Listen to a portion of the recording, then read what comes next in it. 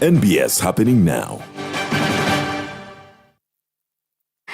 Well, good afternoon. If you're just joining us right now, it is NBS Television, your political command center. My name is Mebo Convention. Because of the unfortunate constant, the COVID-19 pandemic, we haven't been able to have a physical audience.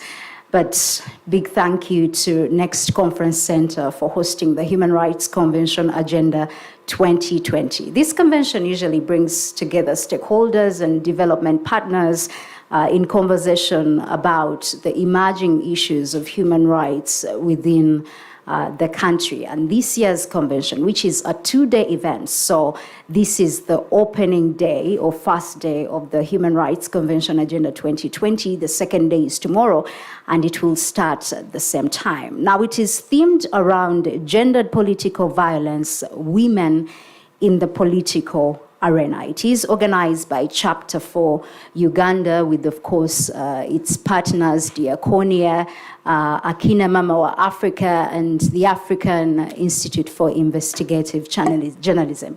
Now, this is, we all know that political violence violates human rights. It impedes democracy from developing, among others. So as these questions continue to rise and to set the stage for this discussion, of course, I have great panelists with me, and I'll start from this side. Flavia Kalule, she's the chairperson, Women's League National Unity Platform. You're very welcome. Thank you very much, Mabel. Okay. And then Perry Arituha, the executive director, Women's Democracy Network. Good afternoon. Good afternoon, Mabel, and good afternoon to all our viewers. Okay. Good to see you, Marion Kirabo. She's an aspiring LC3, a counselor, Muluka 1, Makerere University.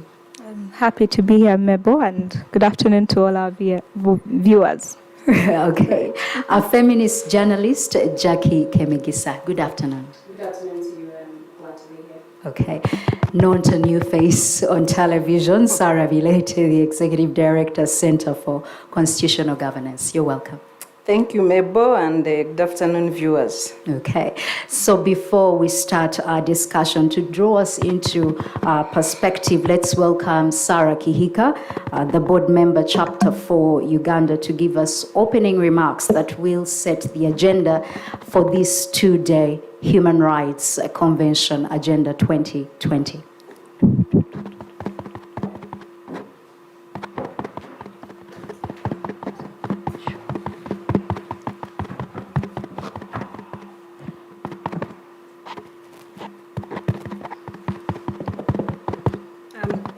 Thank you very much, Mabel, our esteemed panelists, dear viewers, ladies and gentlemen, and all of you who are tuned in. On my own behalf, and on behalf of the board members of Chapter 4, I'm pleased to welcome you to this year's edition of the Human Rights Convention. This year's convention is taking place under unusual circumstances as the globe grapples with the COVID-19 pandemic. We would have liked to meet in person and have a day of thought-provoking conversations on the emerging human rights trends and this year's theme. However, we are unable to do so due to the pandemic and the necessary restrictions in place to protect life and prevent the spread of this dreadful disease. So we'd like to thank our co-organizers, Akina Mama wa Africa, Diakonia, and the Africa Institute for Investigative Journalism for their collaboration and partnership in organizing this convention. And we'd also like to thank Next Media for making it possible for us to be here as well. The theme of this year's convention is collective action against political violence in elections. Over the next 2 days, we're going to have exciting panels that will interrogate this theme and share different perspectives. And I'm very pleased that the first panel today will focus particularly on the impact of political violence on women's participation in electoral processes. So I'm very excited to have this group of esteemed panelists with us today. The right to choice of political leadership in Uganda is enshrined in Article 59 of the 1995 Constitution as amended, which provides for the right to vote to any person who is above the age of 18. There are other supporting provisions for participation in elections, which include Article 29 on freedom of expression and association, and also Article 38 on the participation in civic activities, among others. Next year's election and this year's electoral processes take place, as I've already noted, as we fight the COVID-19 pandemic. Public health regulations and measures imposed to prevent infections have restricted campaigning opportunities for political candidates. Before primaries in several political parties, there seemed to be a view that all campaigns would take place through the media with no open-air campaigns. But this changed with the carrying out of the primaries themselves, witnessed people actually holding open-air campaigns and opening gatherings.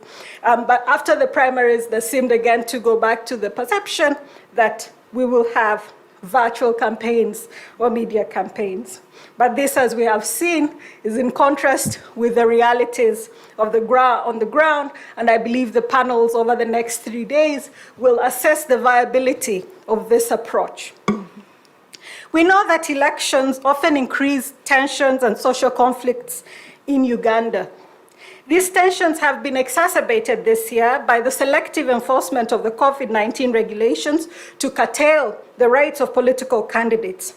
The SOPs have been exploited by those in authority through the support of the security agencies to disrupt campaigns of political candidates. We've seen the use of live ammunition. We've seen the use of tear gas. We've seen the arbitrary arrests. And we've also seen that these have tragically culminated into deaths. The securitized response to COVID-19 and the militarized response by the state to peaceful protests, resulting again from the restrictions and selective enforcement, has led to a series of human rights violations. And as noted before, including the tragic loss of lives, injuries, and arbitrary detentions. We've also noted with concern the attacks on journalists, which has involved beatings, pepper spraying, confiscation of equipment, arrests, and detention without charge. We know that our democracy cannot thrive without a free and independent press that carries out its functions without undue restrictions and in accordance with the law. Based on the media briefings and information that is publicly available, the electoral period this year has witnessed unprecedented violence. This violence has a traumatic impact on the population and the victims, as well as bystanders. We call upon the state not to militarily respond to peaceful protests and respect citizens' rights to protest peacefully and exercise their political choices. To the security agencies, we know that the UN basic principles on the use of firearms by law enforcement officials note that whenever lawful use of force and firearms is unavoidable, law enforcement officials should exercise restraint and use force in proportion to the seriousness of the threat and the legitimate aims to be achieved. Tragically, this did not seem to be the case in November, when we lost more than 54 citizens of this country. We call for an independent and full investigation into the actions to the tragedies and the deaths that occurred on that day. And we also call for accountability for those who will have been found in breach of the respective laws and regulations governing the use of force. We also call upon stakeholders, and in particular political candidates, to observe the SOPs and for law enforcement officers to ensure a fair and equal application of these restrictions. As discussed, and as I conclude, the manifest militarization of elections and political exploitation of COVID-19 in undermining the democratic rights of citizens in the electoral process is real and has one major effect. An unpeaceful, unstable, and state in conflict, which no Ugandan would be interested to live in, because where conflict has been experienced, the impact has left many dead, physically disabled, psychologically tortured, among others. So colleagues, I'll leave it at that. I'd like to thank you again to our panelists today and the keynote speakers tomorrow for joining us for this year's convention, and I look forward to fruitful and enriching conversations. Thank you very much. Well, that is Sarah Kehika, a board member chapter for Uganda. If we had an audience, we would be clapping, but we could do that ourselves, right? Well, thank you so much. If you're just joining us right now, it is the Human Rights Convention Agenda 2020. And as I bring in the panelists, I mentioned at the beginning that women participation in politics, or even electoral processes over the last decades has actually expanded. And looking at all that as women have actually gone through or still going through within the political spaces, we need to understand how far with the current participation of women, comparing with the past, but also understand the gender roles in within the political spaces of women in Uganda. And I'll start with you, Perry Arituha. She's the Executive Director, Women's Democracy and Network. If you could speak to women participation in political spaces in Uganda and the gender roles. Thank you, Mabel. The participation of women in politics in Uganda is provided for by the Constitution of Uganda. It's important for our viewers to know that Uganda is not an island, so most of the provisions in the Constitution are derived from a number of international legal instruments and regional legal conventions that Uganda is party to. So women, just like men, have a right to participate equally in elections, either as candidates, voters, candidates' agents, or just as people who may not participate directly but observe the elections. Mm-hmm. So those are the different forms in which women participate in elections. Now, it's also important for our viewers to understand that in Uganda, because we have a multi-party system, women majority get elected or get the party ticket through their political parties. Now, what is a bit saddening is that the number of women who get the party ticket for the open seat is still very small. Most of the women currently still stand on affirmative action because there is this thinking, particularly in our society, that the open seat is a man's seat. And yet the Constitution is very clear that both men and women can stand for this seat, compete, and the best person should be able to take this seat. But Uganda, our politics is also defined by our social construction, the way our society is constructed. We still have mindsets in society which still believe that the open seat is a man's seat.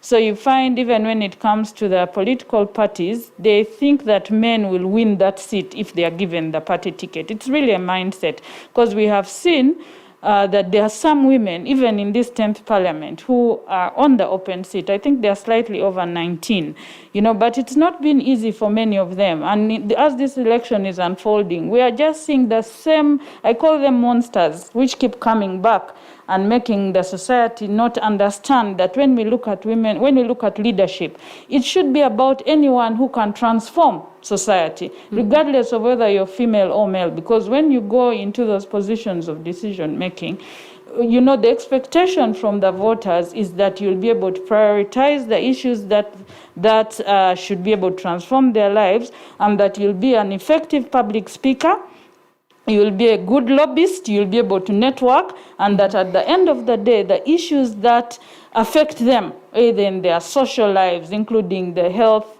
of their health, their access to education, their unemployment, poverty, they expect that you'll be able to speak authoritatively and that you'll use your influence to enable them get results or changes on those issues that affect their day-to-day lives. So we still have this thinking where a number of our people still think that for certain positions, it should be for for men, and that for others it should be for women. And that's the downside of affirmative action, because each district is represented by a woman in this country because of Article 32 of our Constitution, which looked at tradition and the marginalization that women had suffered over the years. And it was imperative that you have women deliberately being elected on those seats. So the mindset has not changed. Secondly, when it comes to access to resources, the construction of our society is still that the major means of production, like land, most women don't own land in this country. And yet we know that land can be mortgaged, you can mortgage your property, and that you can use land as a means of transaction, to be able to acquire money and things that you may need to be able to run an election. So most women are disadvantaged that they don't have access to the factors of production and even to money. So when it comes to an election where they'll need money for nomination fees, they'll need money to pay agents, they don't have that. So you'll find that many will then resort to the affirmative action seat, because what some of the political parties do is they look at how much money you have to be able to run an open seat election. What is ironical is that the women's seat actually has a bigger constituency, because a district is much bigger than a constituency.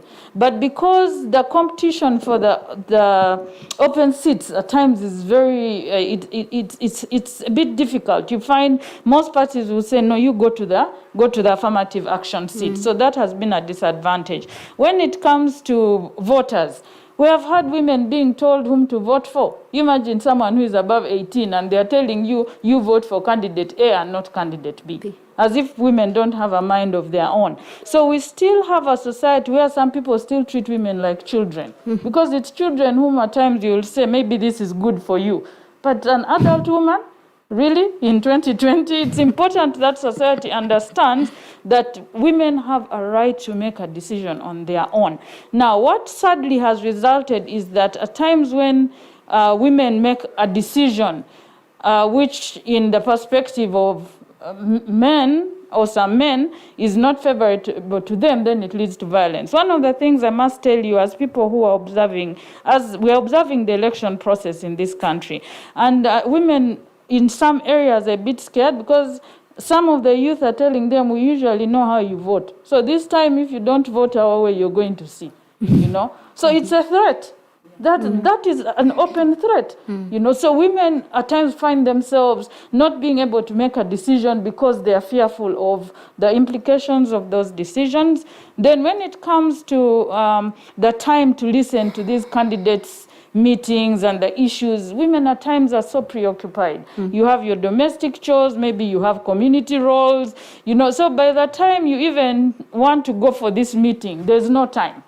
Then when it comes to the radio, at times you find the husband keeps the radio. So until he gets home, she has no opportunity to listen to news. And at times, the major programs where candidates are talking about the issues that they stand for happen at peak hours. At 8 p.m., women are maybe cooking dinner, So you find the time, especially that the rural woman has, is very limited. Then when it comes to social media, the number of women who have access to phones is quite limited because of the economic disadvantage that women have. We know that in this election, a number of a lot of the communication is happening on our phones, on social media. Now we also need to know that access to these phones is expensive, data is expensive. On top of that, we have social media tax. And you see, that's why it's important for governments to think before they introduce these taxes, because it has a lot of implications which you may not know in the beginning. Yes, you'll be raising money, but what happens to the other advantages that this service brings? Because if I do not have data, I am not going to be able to access information which will enable me make a decision on which candidate to support on election day. So those are some of the different ways in which gender affects the elections that we are going for. And the last is violence. Because violence is really has a very gendered face.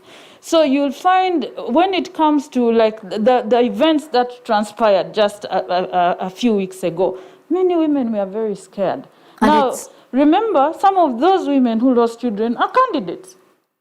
And it's why I want us to ask ourselves if the connotation of violence against women in politics is actually well defined, or if even the women in politics know when they have been violated. And I want to bring in Sarah Bireete. She's the Executive Director, Center for Constitutional Governance. We're talking about gendered political violence, women in the political arena.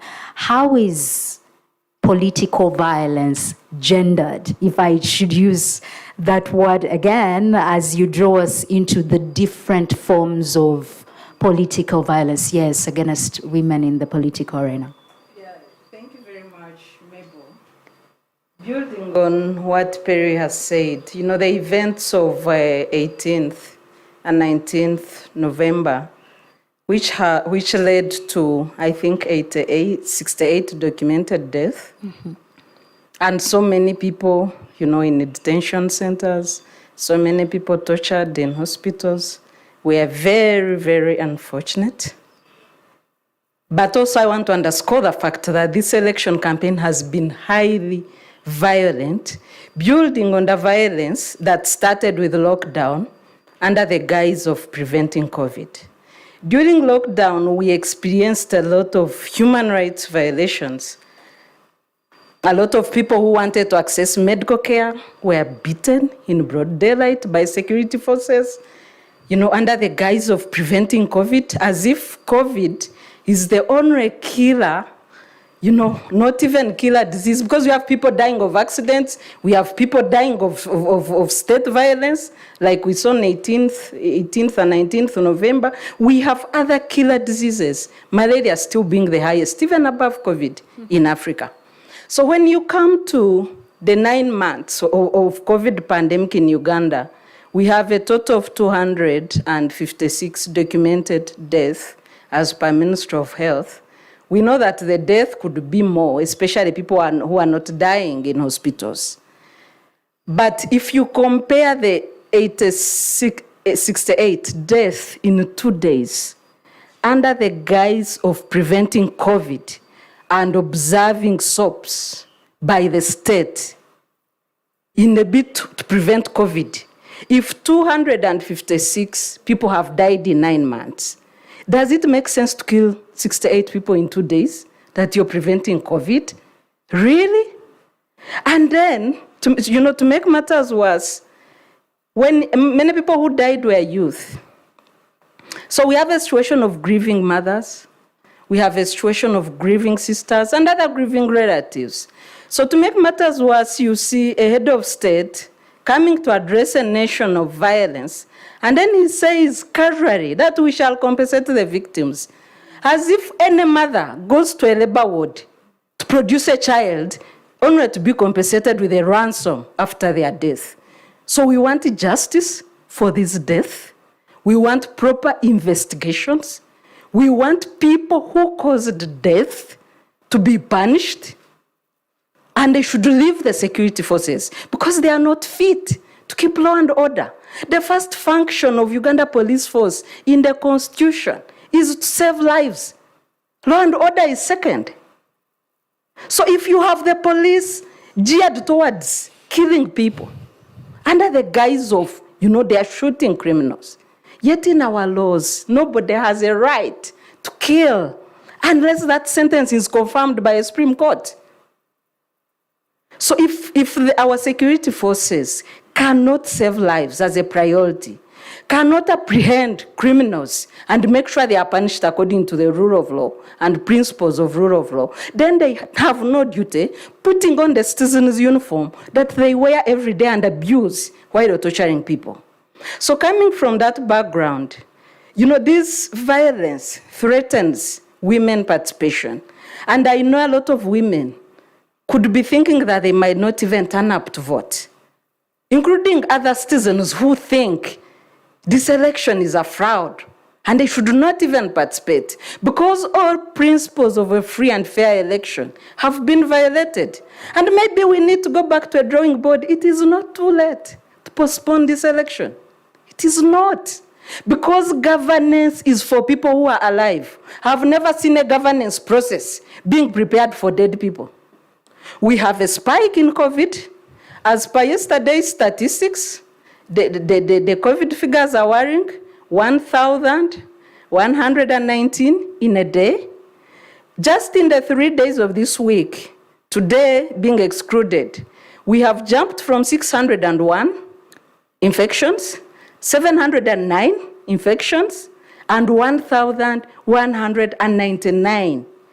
If anybody is not looking at these figures and they think that holding on to power and killing people is more important than people's lives, then they are in a wrong place.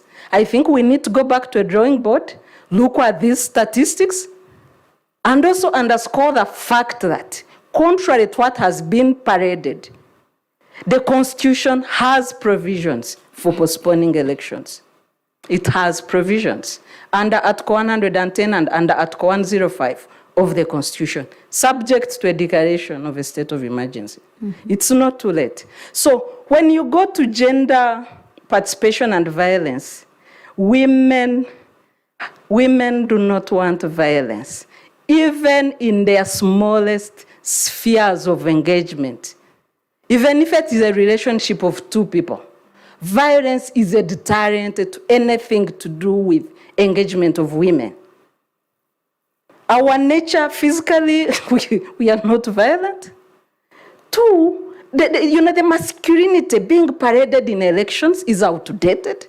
You cannot talk in a .com era where technology is governing the world, and then you're pushing and parading masculinity all over. These men need to hold on, take, breathe in, breathe out, and know that the women who are mothers of this country are watching. We are concerned, and we know that they are misleading this nation. Okay. Sarah Bireete, she is the Executive Director, Center for Constitutional Governance. As we continue to look at the different phases of violence against women in politics, I want to bring you in, Marion Kirabo, because you're an aspiring politician, and probably as you start your journey, how have you come to face with violence? And probably your experiences should continue to guide us in the impact that is and the impact that has been even in the past. I would say that as a candidate, it's a tough time generally to campaign. I remember going around on the dates of 18th and 19th, and basically, even if the riots were not in Makere, we could hear gunshots from outside and tear gas canisters exploding all over. We feared for most of our friends who were caught up in the violence in town.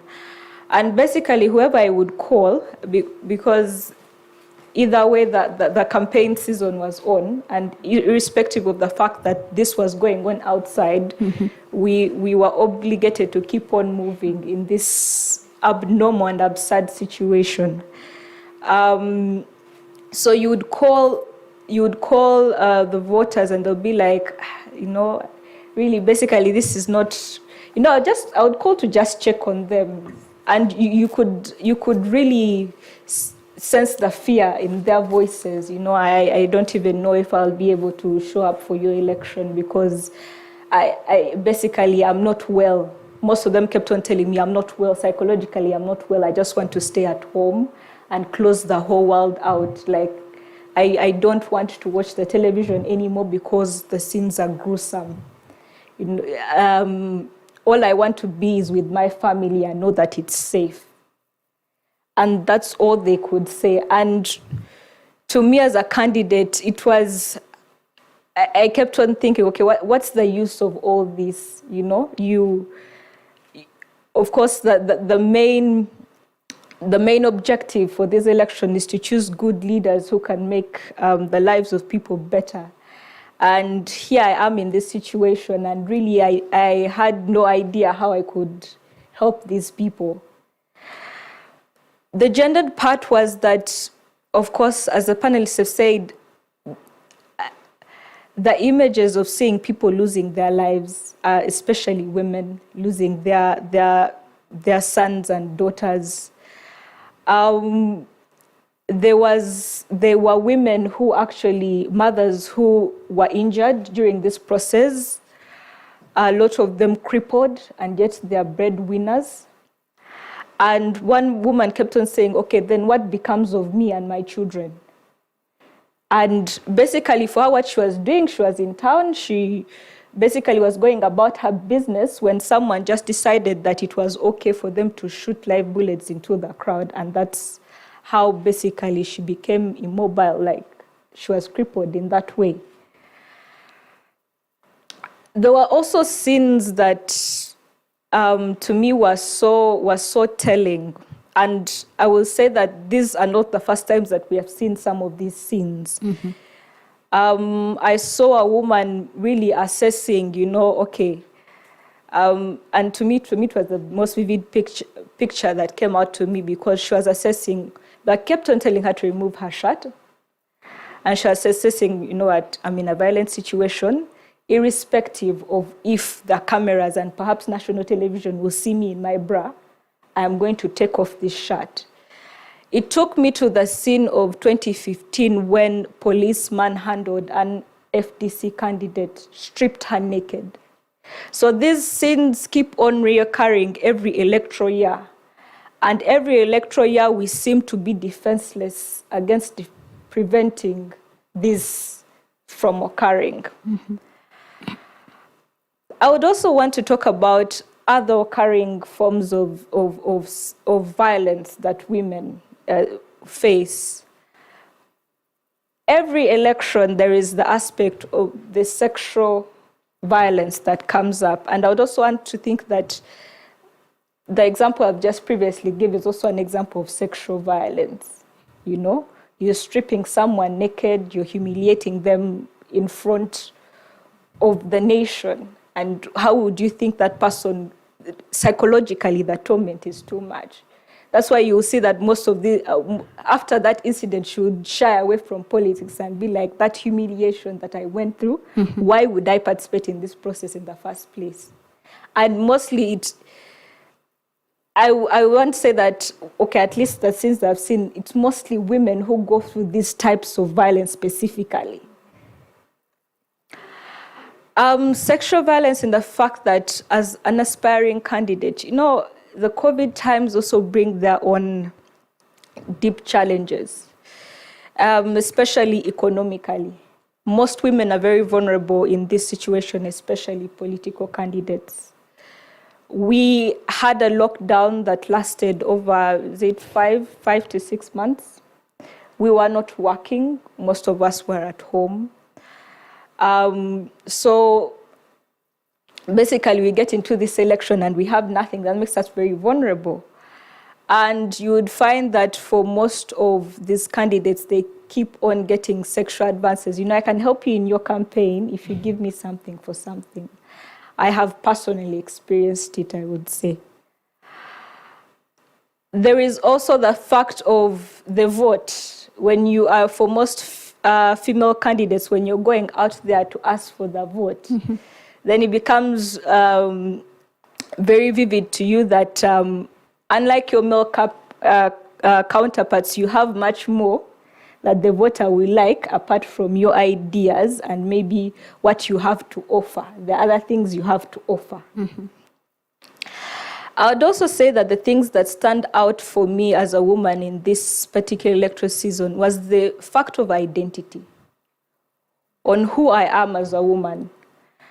There was a letter that was circulating, I think, about a month ago, 2 months ago, about a NRM female candidate who the family, or the head of the clan, was asking her to drop the name of her husband. Apparently, her participation and her using their name was a disgrace to the whole family, and she was tarnishing their name. A woman is not supposed to be out there campaigning. That was their belief. Mm-hmm. And then I started to wonder that, okay, a personal decision of someone somehow became a disgrace to the whole family.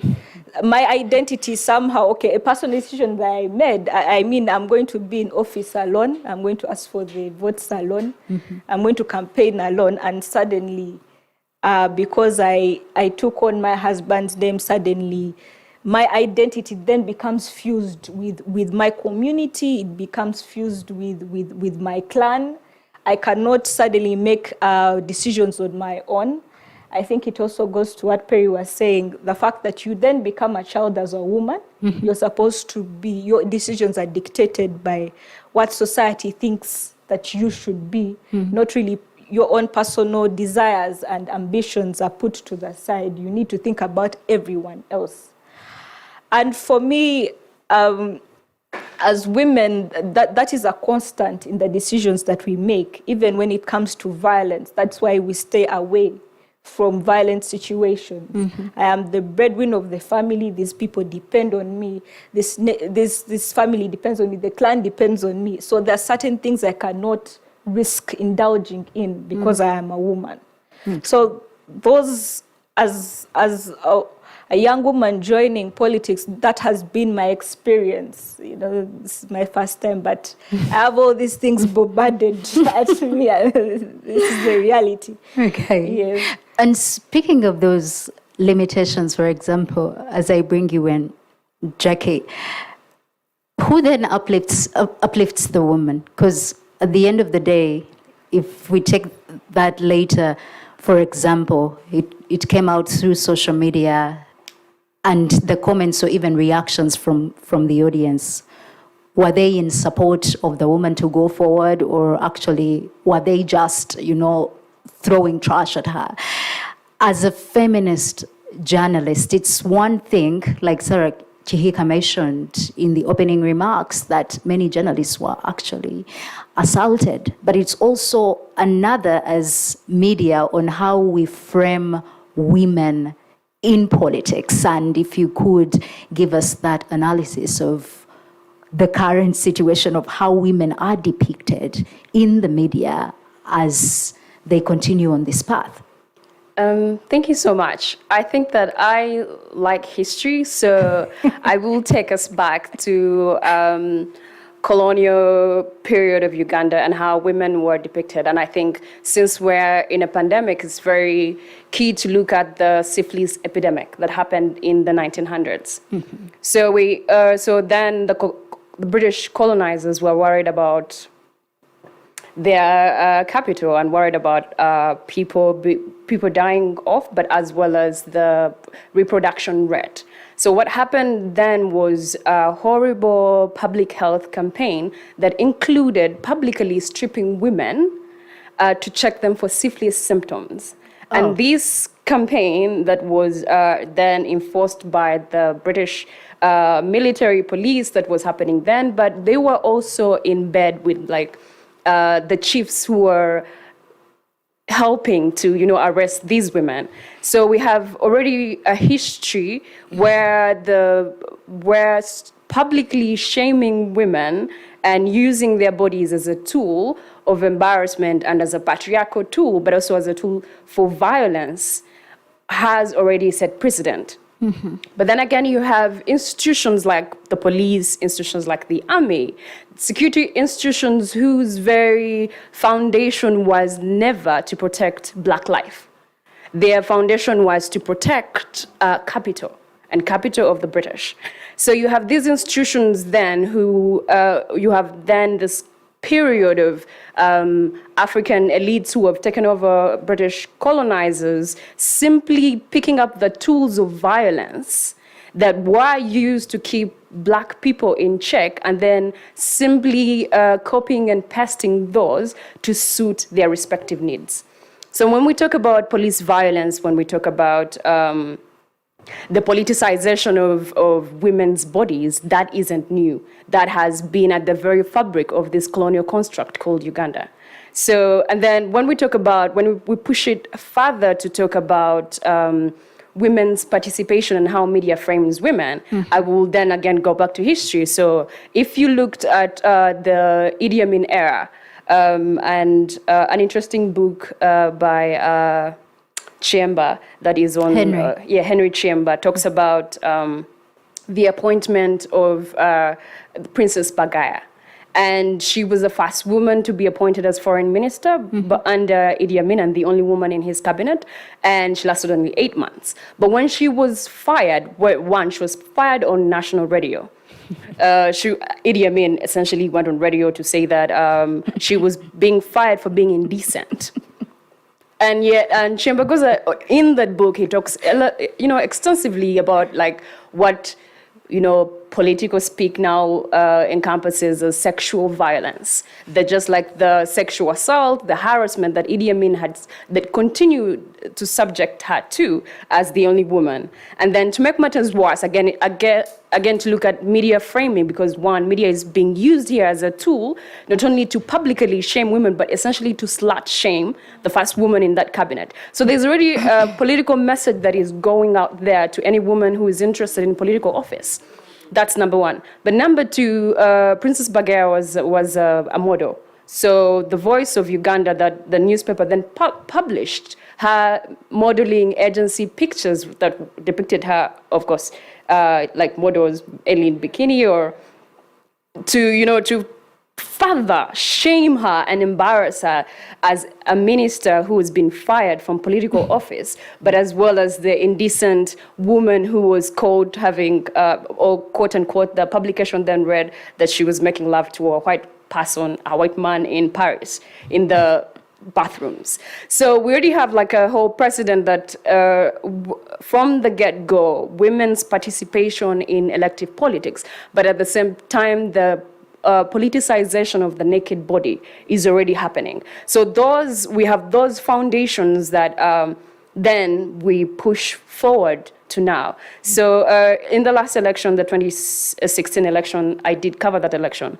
And the Women's Media Association published a report about that election. In over the 2,000 stories that were run by media, only 20% of those depicted women candidates in all that was covered. But to make matters worse, of those 20%, what was essentially talked about mainly was the primary caregiving aspect of women and of women politicians, outside of their ideas, so the construction of women as caregivers, as people who nurture, quote unquote, is one of the things that has been highlighted. But at the same time, as a journalist, you have to understand that media companies are corporations, so they are business entities. But at the same time, we are operating in a very patriarchal, misogynistic society that is Uganda. So definitely that lens then is also copied and pasted to media houses. So for example, if we looked at the woman MP Rawogo, former MP, when she's still MP, but yeah, okay. So that particular story of her being stalked by a young man called Isiko, that then went to court and he was convicted. I think the conviction was overturned. But just how media covered that particular story, and that stalking was framed as love interest. Exactly. And you had fellow politicians on the floor of parliament who you'd ideally think that women politicians could, in one way or another, get support from them, coming out to, belittle her. You had Abdu Katuntu, who offered legal support. So you already have like misogynists already in not only in media houses, but they also double as politicians who are occupying these spaces. So you have a woman politician who is essentially from Daily Monitor to the Observer, the framing was around victimizing this boy. Yet we have numerous reports of women being killed for less, stalked, murdered for just simply existing. And so you have that representation where even someone as powerful as that particular MP cannot have any, these essentially you're pushed to the wall, even with that power that you have, that doesn't in a way translate to just like your security as a human being, to your security as a woman. And you find that how media has covered and media continues to cover women and their, for example, if you looked at the last election and the women who ran for presidency, and just like how media covered her in particular versus how media covered the other political candidates. So we had comments on dress code, we had comments on our presentation. Rarely does that same scrutiny, it's rarely used on men. And I think that media plays a very, very big role in one, showing us what society is towards women, but at the same time in using that very power to be the same oppressive means that women do face. So it doesn't matter whether you are a woman in a big political office or you're a woman downtown. And again, for me, it just points to a fact that I don't think that there is any particular political party whatsoever that is very much invested in a woman's agenda. And by a woman's agenda, I mean like a feminist agenda. Because whether it was how police handled the opposition women by like publicly stripping them, or the man downtown who resulted to their misogynistic impunity by singling out a woman wearing a political party color to strip them, because they're looking at who has lesser power in this society. Or even the police woman, the man who attacked the police woman. Exactly. Irrespective of the fact that she was putting on a police uniform. Exactly. So you have instances where you're not protected, whether you choose a political party that is essentially oppressing others, or you choose a uniform. As long as you are in that uniform as a woman, and that is your identity, there is no safe place. Whether you are a journalist, female journalist, whether you are someone from the NRM, whether you're in the FDC, at the end of the day, the powers that be, the misogyny, the patriarchy, the inheritance of institutions that favor men over women, whether we have constitutional quotas, sex quotas in place, these things continue to happen. Okay, and I hope time will be enough for me to come back to you on how media could actually do better. But I want to bring in Flavia Kalule. She's the chairperson, Women's League National Unity Platform. After listening to what Jacky just gave us, even from a history to what the country is going through right now as far as media frames women, there are many questions. And coming from probably your experiences, are the experiences of men, maybe they need to know, should they be measured the same way as women when it comes to women's participation in politics? Thank you very much, Mabel, and I want to thank my fellow panelists for sharing their experiences and their information and knowledge with us, which enhances the gaps we have in women in politics, in political leadership. I want to sincerely say that violence against women in politics affects every woman, and it doesn't affect only the politicians as candidates, but it affects every woman, whether you're a candidate, whether you are just a bystander, whether you're just watching or you're an agent or anything. As long as you're a woman and there's violence meted against anyone, it affects you too. And some of my colleagues have been able to explain that. I also want to say that violence, especially for women in politics, has a Python effect, because the Python has a constricting and expanding technology or methodology.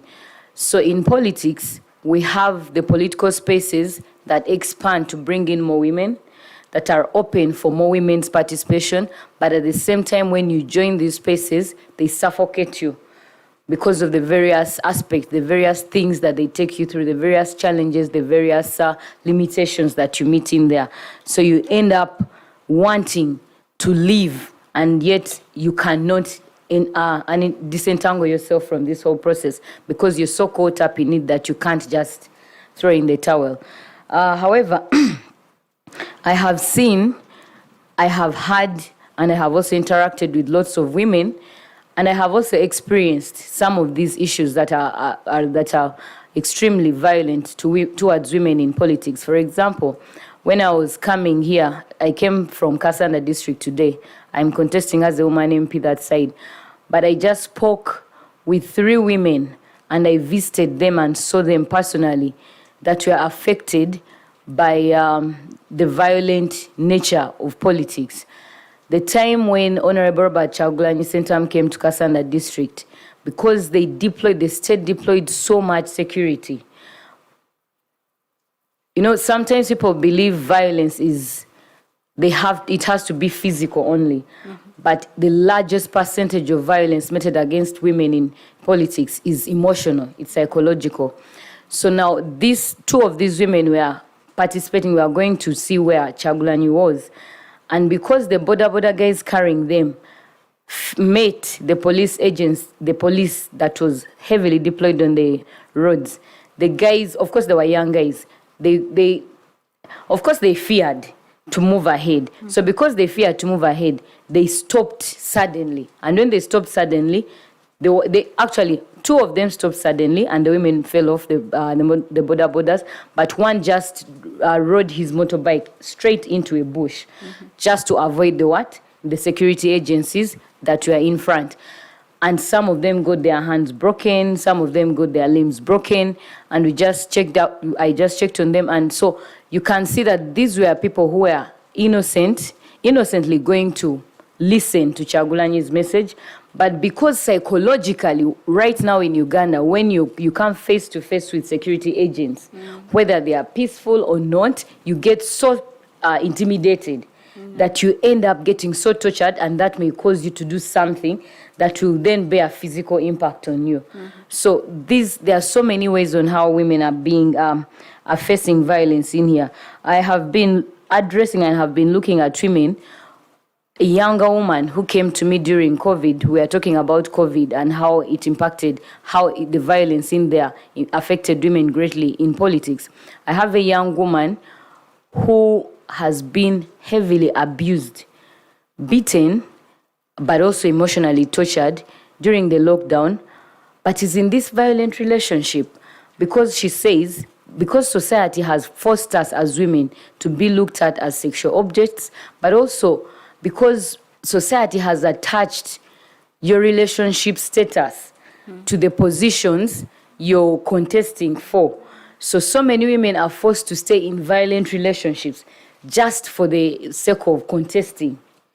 So this young woman has been forced in a relationship for a very long time with an abusive older man, but simply because she cannot extract herself out of that relationship because she wants to get elected as councillor. She says, the moment they know that I have separated with this guy, no one will vote for me. So you have this woman and a number of so many other women in violent relationships because of politics. When I go to campaign and people ask me, are you married? That is already a violent question that you're asking me. That is already an impact on how I will represent you and how I'm going to address you and how I'm going even to look for the vote. So, and yet these questions are not targeted towards the men. They are only targeted towards the women. I have seen how police has fundamentally and constantly interrupted Honorable Kyagulanyi's Kyagulanyi's campaign trail, violently arresting everyone around, violently beating up people, using live ammunition, bullets, killing and all that. Now, I always ask myself, what's the impact of all this on these women? We have a number of younger women who have been inspired by a number of us, but also by Honorable Kyagulanyi, to participate in politics. And for them, participating doesn't necessarily mean that they have to be candidates, but also being a part of the trail, the campaign trail, is an experience in politics. But when police denies Honorable Robert Kyagulanyi as an individual accommodation, you're violating his right to shelter, and you make him sleep along the road with the entire campaign trail that he's moving with, full of so many women, young and old, that you're also making to sleep outside, you know. So don't you, as the Uganda police, as a country, don't we ask ourselves, what if something happened to all these women in here? And not just the women, but also the men. Because in those dark corners where they are sleeping, in the openness where they are sleeping, do we know what's happening there? Do we know under the gaze, because the soldiers are constantly attacking them whenever they are on lonely roads, do we know what those soldiers are going to do to them? You know, there are so many untold stories of so many younger women on campaign trails that they do not share, but of rape, of sexual harassment, of course, of abuse and all that. So these are some of the things we need to look at. So, but also we have seen examples of the police or the security agents using women against women. For example, we have seen that if you're a woman, if I am Flavia Kalule and I'm the one maybe demonstrating against something that I am not comfortable with, like we have seen Dr. Stella Nyanzi, we have seen Nalongo Nana demonstrating on a number of occasions because of police brutality. We have seen a number of people coming out to speak. The police uses the women security personnel to attack violently the women because they say, okay, that's a woman, so you go. And society somehow thinks the women will be a bit lenient because you're a woman, you're a fellow woman, so you understand biologically what I'm going through, but also because Nana was pregnant, and she says it's the police women who were stamping on her unborn child, well knowing she was pregnant, and it was the policemen who were telling them, be mindful, she's pregnant. And they constantly kept on telling her what brought her here if she knew that she was pregnant. Let us help her deliver this child. So you see the way how society has trained even the same gender to work against itself, you know, and commit violence against the same gender. So when you look at these examples, I keep asking myself, where are we going as a country? I have women in my constituency that came to me because most of their children were arrested under the Free Bobi Wine protests. But these were young men who were arrested.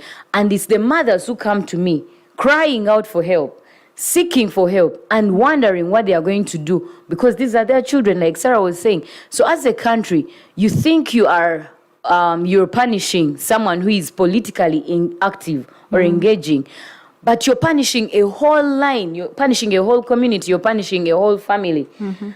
And this impact goes right to the voting day, you know, because so many people now, so many women will fear to engage. So many women will hold their children back and say, do not engage. And yet we know that this population is largely comprised of the younger generation. So if we have a young population, which is going to be the deciding population for the next leadership in this country, because of 14 million that have gotten, that have registered, we have about a population of about 7 million that are younger people that below the ages of 30 that are going to vote. That means they have the bigger influence. But now you're instilling fear in their parents to lock them up from their homes so that they do not vote, they do not engage in leadership positions. I have had conversations with so many men who have said, because these women are the ones always, in quotes, they are the ones who have led Mr. President who we want to take off for overstaying in power. So they keep saying, we know what to do for them. On that day, we shall simply lock them up in the houses. And they are boasting proudly about these things. So we'll simply lock them up in the house because we know if we lock up the house, she'll not be able to vote. Or even those who will not vote for their candidates. For example, I have also had some who say that, this time around it's Kyagulanyi. But if my wife does not want to vote for Kyagulanyi, I will simply lock her up in the house. And so it's up to me as a leader to constantly be sensitizing them on the pros and cons of all these things. So you find that there's too much emotional violence, too much physical violence, too much economic violence, like Marion was mentioning. So the violence, we have come full circle as a country on the violence.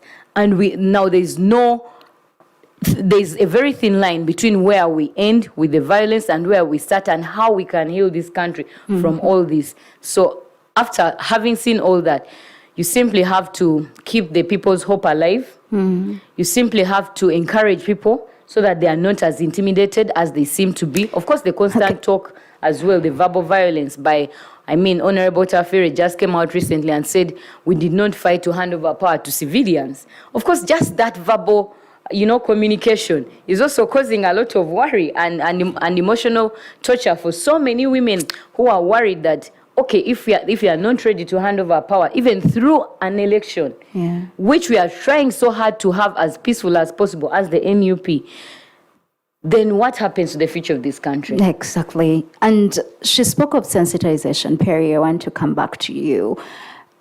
Why that is important is because the different forms of violence wear a different face. And probably maybe in your submission, you'll explain why many of these women keep silent and they do not even speak out as you continue to talk about how it's actually impacting and restricting more participation.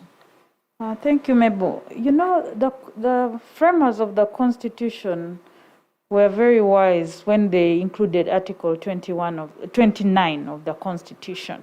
The freedom of expression is so fundamental to an election because that is the time when you can get the candidates to share their ideas, but also when the voters can make demands and also hold the incumbents especially accountable, because voting is one way of accountability.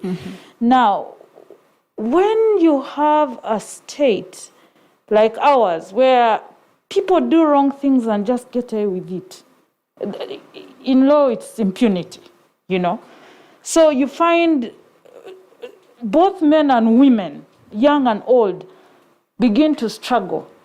If I say this, how will my life be impacted? So you have a situation of fear. And I've always believed that when people don't speak out, they find other ways of making their views known. I know, because also what probably other women or even viewers need to know is if it's not sexual violence and if it's not physical violence, there are so many other forms. Where should they also be reported at the police? Or who do I tell? Ideally, when a crime is committed, you go to the police. Yeah. That's what the law says. But during elections, there's what we call there's supposed to be a complaint system where if there's maybe a violation which is not criminal, then you're supposed to go to the Electoral Commission. In their different districts, they're supposed to have a complaints desk where you write a written complaint to the registrar and they're supposed to address it.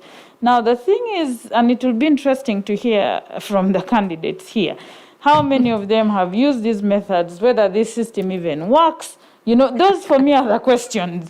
But in terms of the police, and that's why I always hope that many of them don't look at just the institution, because the institution is made out of people.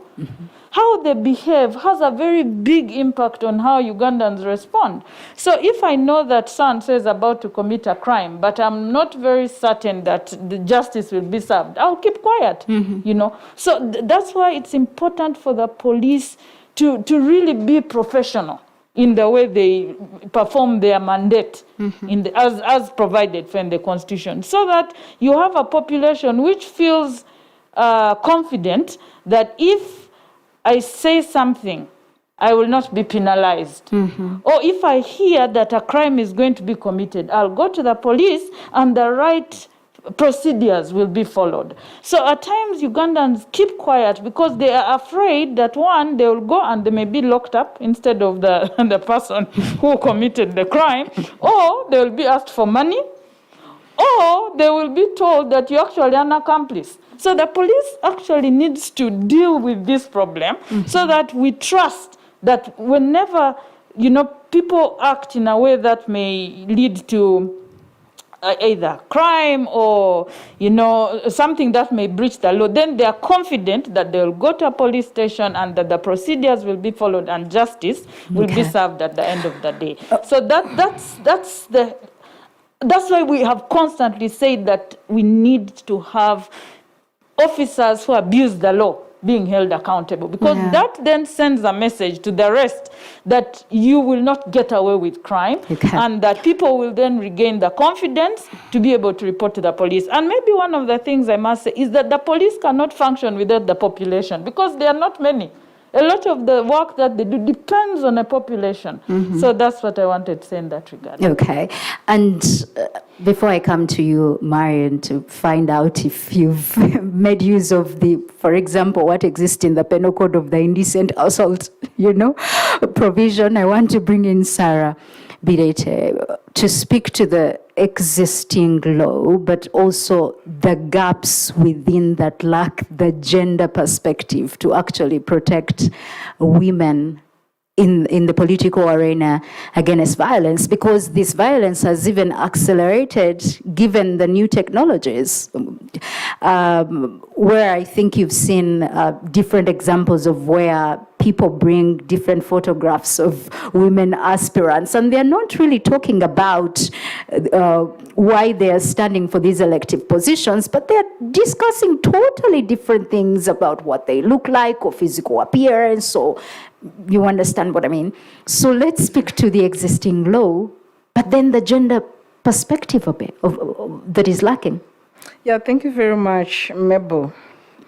We have, through the 35 years of NRM, we have had the systematic overthrow of civilian power as enshrined in Article 1 of the Constitution.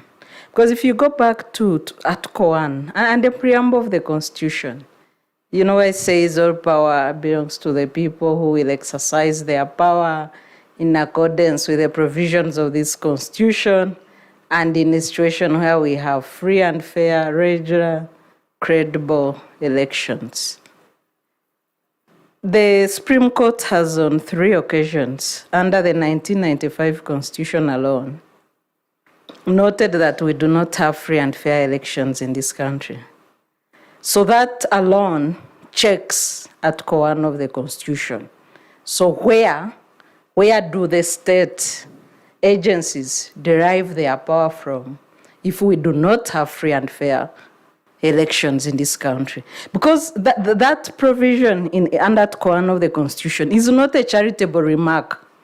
And people should stop taking Ugandans for a ride. All agencies of government derive their mandate from the people. All people who govern Ugandans should do so in accordance with provisions of the Constitution. And the people cede their mandate to the duty bearers through credible, free and fair elections. So once you fail to conduct, like Justice Byabakama and Tima failing, to conduct free and fair elections, then the so-called duty bearers are imposing themselves on the people. And if you don't have a situation where constitutionalism is respected, then you have no laws to speak of. Laws alone. We can all write beautiful things. Some people write poems, some people write essays. Anybody can craft anything. But once you do not have the principles of rule of law, then the laws cannot work. Then the Constitution cannot function like we are witnessing. But beyond that, so do we have laws? What are the gaps in the laws? We have a number of laws that violate the principles of fundamental rights and freedoms in this country, a total of 16 laws. But specifically for gender laws, we have the Sexual Offences Act, we have provisions of the Penal Code, we have all these other laws in the provisions. I saw an example of a woman who was violated during curfew, I think somewhere in Chira. by the policeman who said he was enforcing curfew, then led the woman away, and then she was raped. So if you have people who are supposed to keep law and order, who are supposed to enforce the laws have gaps. Many of the laws in this country are bad, and that's intentional. But even beyond the bad laws, we do not even have people to enforce the laws the way they should be. Take an example of COVID soaps. Very simple. Though we are not comfortable with the approach of managing COVID pandemic outside the Constitution, using the draconian Public Health Act of 1935, that is not in conformity with the Constitution. But look at the simple soaps as we know it. Wear a mask, wash your hands, social distance. What did we see when Madam COVID went to Lila? Yes, Ruth Acheng, Dr. Ruth Acheng is on record to have been the first public officer to abuse COVID soaps in this country. And then what did we see from the head of state? I forgive her, she was overwhelmed. So things did not stop there. We saw a number of NRM leaders violating soaps. But we have a special immunity for people who wear yellow in this country. Once you wear yellow, you cannot commit a crime under this regime. Impunity. We saw what happened in the NRM primaries. NRM does not commit any crime. Even the election of NRM primaries alone was in violation of COVID soaps. But can you discuss that? No.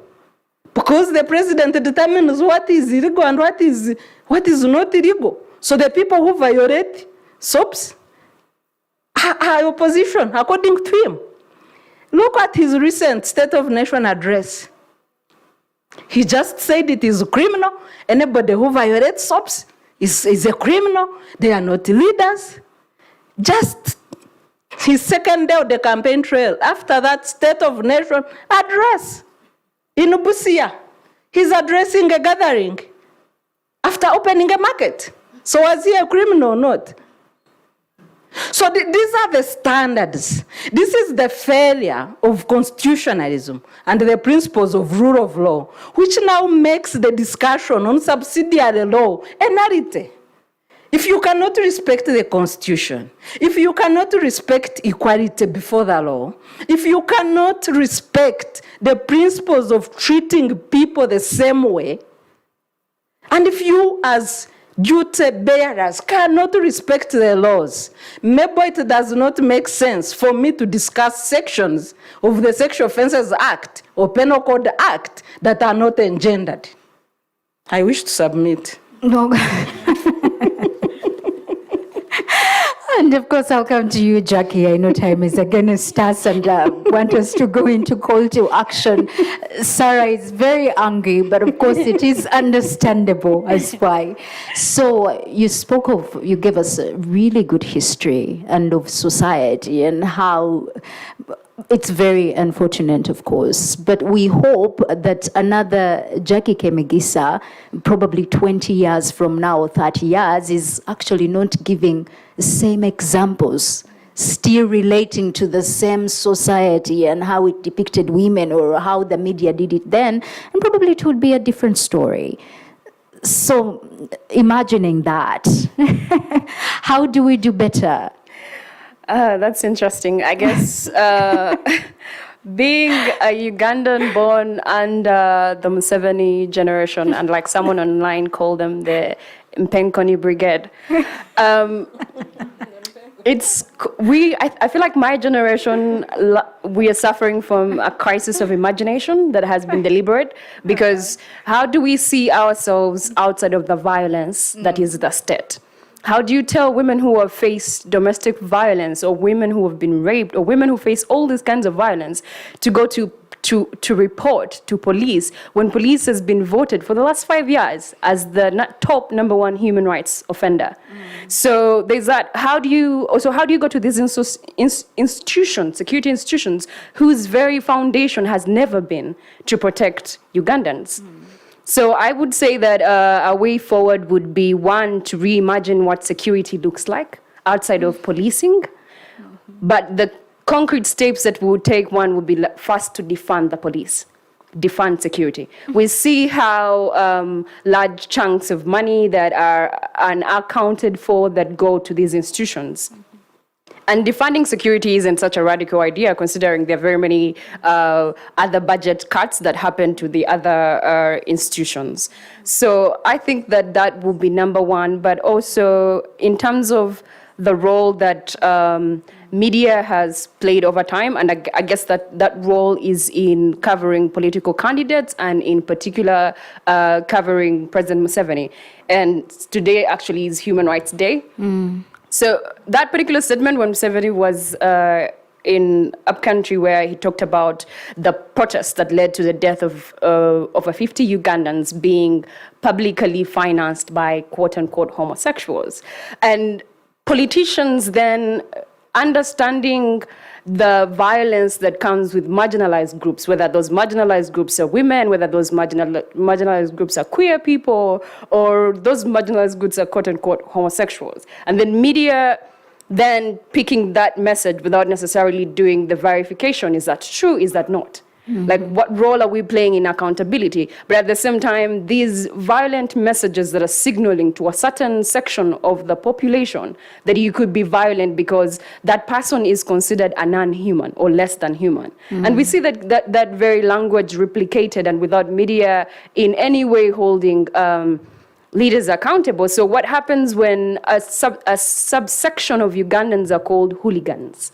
That means that already you do not deserve certain rights, like a right to protest, a right to leave, because then you are subhuman. And we have this language that goes unchecked, or even the things that candidates will say over time that go unchecked, because we are reproducing what the candidate said, because how, when, where, whom, what. But at the same time, like, I think that in this particular election and in this particular political system as it exists, it's very, very important for media to play the accountability role, number one, but also to understand that the very foundation of this colonial construct called Uganda, because that's how Uganda came about, is violence. And how do we move past violence? I don't believe that elective politics is one way that is going to, vote us out of this violence, because I think that the personal individual behaviors of whether the Penkoni regime or police people cannot be limited to personal individuals. It's institutions. So when you have institutions, when you have systems in place that who are deliberately violent against marginalized groups, then what does reform look like? And I think for me, reform looks like us sitting down, looking at social movements that are happening all over the place, and then benchmarking off of that.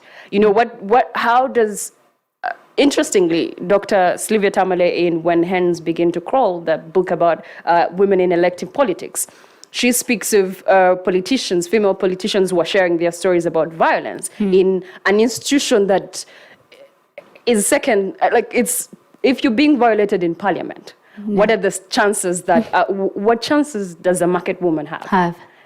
So I think that when we talk about how do we imagine a better Uganda, I honestly do not know, because my reality has definitely been around violence, and that violence has been under the color yellow. So the reimagination is utopia?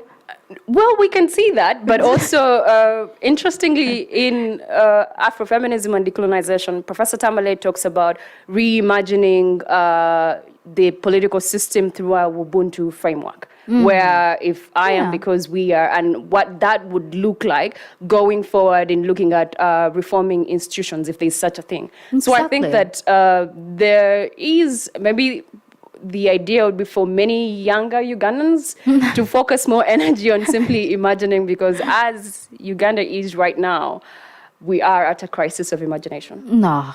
And as I come to you for your call to action, Marion, you said you're an aspirant. This is a new journey for you, and you were bombarded by all this. But as we reimagine, who would want to believe probably that your imagination or your call to action or your future children probably see a totally different Uganda and would like to hear it? I think, first of all, the immediate, before we even go to what the future would look like, is that we must demand for that future now. At least we must take steps to demand for it. And the steps come from documentation. Documentation, which Sarah Bireete was angry about? But from us, the civilians, I think what has captured especially the attention of in the international community has been the way we have captured the violence this time. It's not that, okay, these things have been going on. Like I said, even the stripping of women during electoral season have been going on. I think what is different is that the introduction of the things like the ghetto TV lives, that when you're on the campaign trail, you are living in that moment, even if you're, I don't know where, Masaka, and it's happening in maybe Kampala, or you are a Ugandan watching from the US and you're watching the Bobi Wine trail, the Chagulanyi trail, campaign trail, like you are seeing this violence happening as if you are there. So and you're the rest not of just the world cold. can see it. No, you're not just cold. And it will be very important, for example, when especially if the organizations planning to help the victims of this violence, that documentation is so important in getting the justice that these people deserve. Who was the police officer who did that? At what time? When did it happen? So no one can deny that the violence happened. Like usually the security forces like to gaslight us every day about what actually happened and what did not happen. Like this is live on camera. I want to take us back to the incident of where an MP, we saw an MP really point the gun at the victim, and there was no way he could deny that. Probably if it was not done when cameras were shown, irrespective of how that outcome turned out. But at least we saw him do that. And I would think that for the people who are going to vote, that is so important to remember what this man does when he has power and how he treats other people when he has power.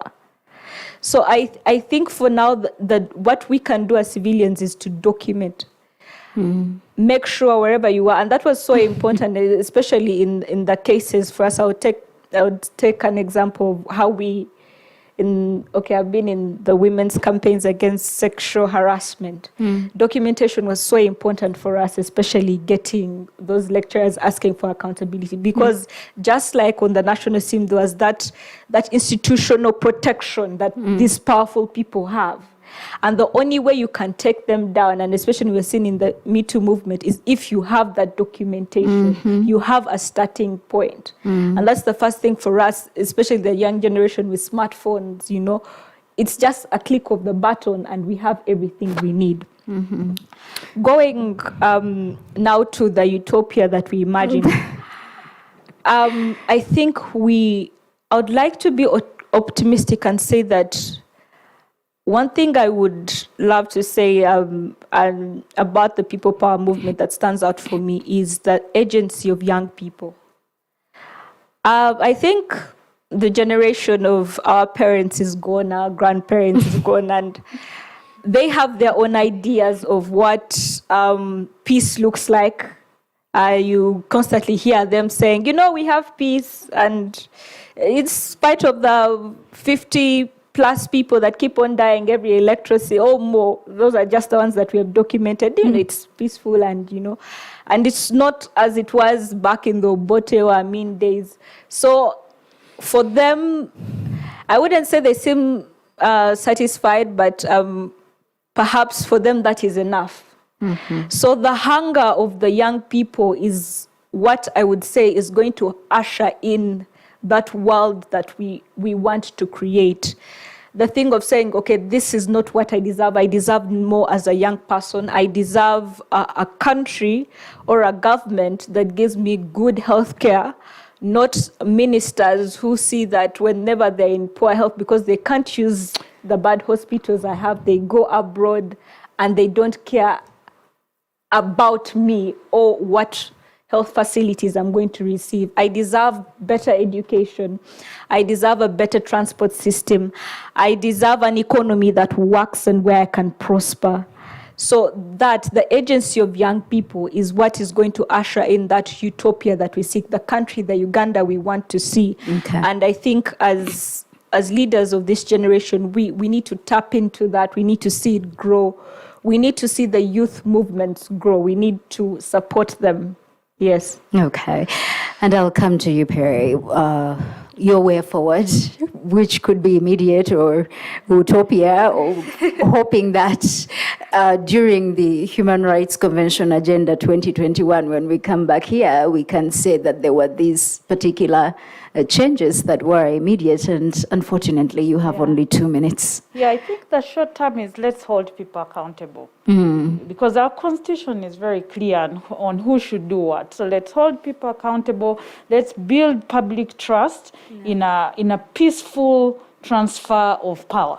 That's what I would like to say. But in the long term, we must continue to have these discussions. We must continue to listen to different interest groups so that we can form a consensus that takes us forward as a country. And I long for the day when we'll have an election like Ghana, where no one actually knows there's an election until election day. Thank you. Okay, and Flavia Kalule, your way forward. Thank you. I think it's very difficult to behave like a proper woman in a very violent environment or context, especially for women, politicians or candidates, because then you have to think twice every time you're moving out of your house. Have I really dressed up for the part? Do I have a lot of undergarments underneath so that in case of any situation, in case I'm violently arrested, I don't have just my knicker and my bra outside. It's extremely uncomfortable being a female politician in these violent times. But also I want to encourage all the women who are engaging in politics to continue being resilient. It's very important that as a country and as women, we do not lose hope. For a better country, we do not lose hope. We have to keep the hope alive against all odds. We have to. It's our one thing that we are constantly holding on to, even when the apathy sets in, even when the intimidation and impunity is too much and it's overwhelming, even when the violence is extremely high. We just have to believe that this country, like Marion has said, deserves better and is going to get better. And just to borrow my friend Shaka Sali's words, let's get better and not bitter. And okay, then I'll also end by saying that besides building public accountability and all that, I think it's important that as people, as women who are engaged in these political spaces, we work together as a collective. Whenever you're faced with violence, if you are in a team and if you have a well-networked if you have a good network, it can kind of help help you, especially with the emotional violence. Support systems, let's build support systems that we can talk to, that can help buffer some of the anger that we have as a country, as women in politics, but also those that can encourage us and comfort us even in the midst of difficult times. But as a country, as we move forward, the younger people, we are looking up to you, especially you have the future of Uganda in your hands. And so let's not give up. Let's continue engaging. Let's continue pressing on or building the pressure, because I know so many people are afraid of President Museveni not leaving power. He is definitely going to leave power, because we are going to overwhelm him with the votes of Chagulanyi Robert Sentamu. So the pressure alone will enable him to leave power. And we are going to transition this country into a new chapter, a new Uganda, peacefully and non-violently against all odds. So let's keep our hope alive. Thank you very much, Mabel, and I thank the panelists. Okay, and Sarah, if you could make one statement in less than a minute and have the final say. Okay, maybe I want to say that our liberty as a nation is interwoven in our beliefs and values as a people. Okay.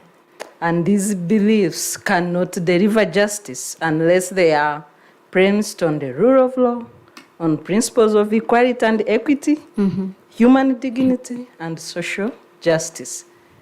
We all have a duty to denounce impunity. I thank you very much. What a way to conclude. That is Sarah Bireete, the Executive Director, Center for Constitutional Governance. And then, of course, we had Jacky Kemigisa, feminist journalist, Marion Kirabo, aspiring LC3 Councillor, Muluka 1 Macquarie University. Good luck. And then Perry Arituha, the Executive Director, Women's Democracy Network.